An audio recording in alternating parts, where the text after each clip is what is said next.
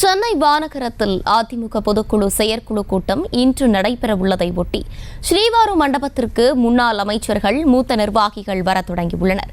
கூடுதல் விவரங்களை செய்தியாளர் லதா வழங்கிட கேட்கலாம். வணக்கம் லதா, இது குறித்தான மேலும் விவரங்கள்.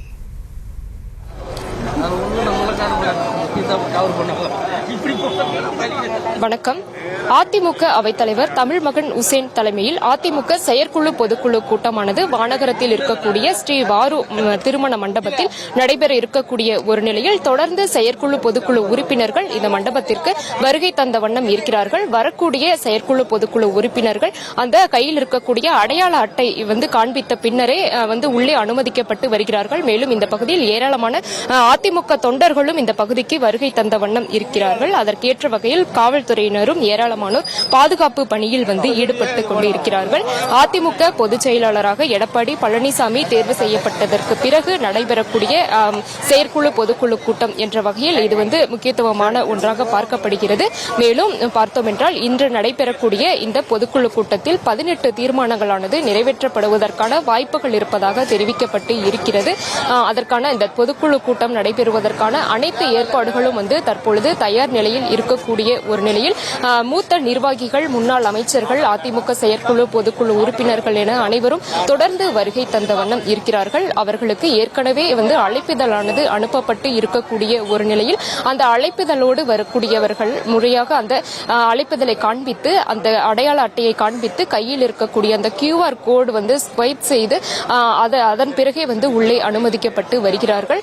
முதலில் அந்த செயற்குழு கூட்டம் நடந்த பிறகு அந்த பொதுக்குழு கூட்டமானது 10:35 மணி அளவில் நடைபெற இருக்கிறது. அதற்கேற்ற வகையில் தற்பொழுது அனைத்து ஏற்பாடுகளும் தயார் செய்யப்பட்டு இருக்கிறது. குறிப்பாக பார்த்தோம் என்றால் இந்த மண்டபத்திற்கு வெளியே நாடாளுமன்றம் போன்ற அந்த பேனரானது வைக்கப்பட்டு இருக்கிறது. மேலும் அந்த பூந்தமல்லி நெடுஞ்சாலையில் இருந்து இந்த மண்டபத்திற்கு வரக்கூடிய வழி நெடுகிலும் பார்த்தோம் என்றால் அதிமுக கட்சி கொடிகளும் அதே போல பேனர்களும் வைக்கப்பட்டு வரவேற்பு பலத்த வரவேற்பு அளிக்கப்பட இருக்கிறது. மேலும் வரக்கூடிய வழி நெடுகளிலும் எடப்பாடி பழனிசாமி வரக்கூடிய வழி நெடுகளிலும் அந்தந்த பகுதி அதிமுக நிர்வாகிகள் சார்பில் வரவேற்பானது அளிக்கப்பட இருக்கிறது. இதற்கிடையே பரபரப்பான அரசியல் சூழ்நிலைகளுக்கு இடையே இன்றைய தினம் அதிமுக செயற்குழு பொதுக்குழு கூட்டமானது அவைத்தலைவர் தமிழ்மகன் உசேன் தலைமையில் நடைபெற இருக்கிறது. மேலும் 18 தீர்மானங்கள் நிறைவேற்றுவதற்கான வாய்ப்பு இருப்பதாக அதிமுக வட்டாரங்கள் தகவல் தெரிவித்து இருந்தார்கள். குறிப்பாக பார்த்தோம் என்றால் அந்த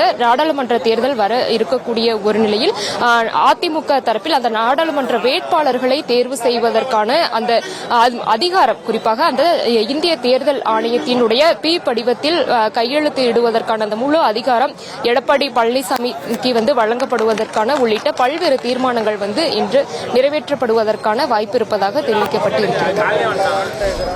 விவரங்களை வழங்கியமைக்கு நன்றி லதா. செய்திகளை உடனுக்குடனும் துல்லியமாகவும் தெரிந்து கொள்ள சப்ஸ்கிரைப் பண்ணுங்க.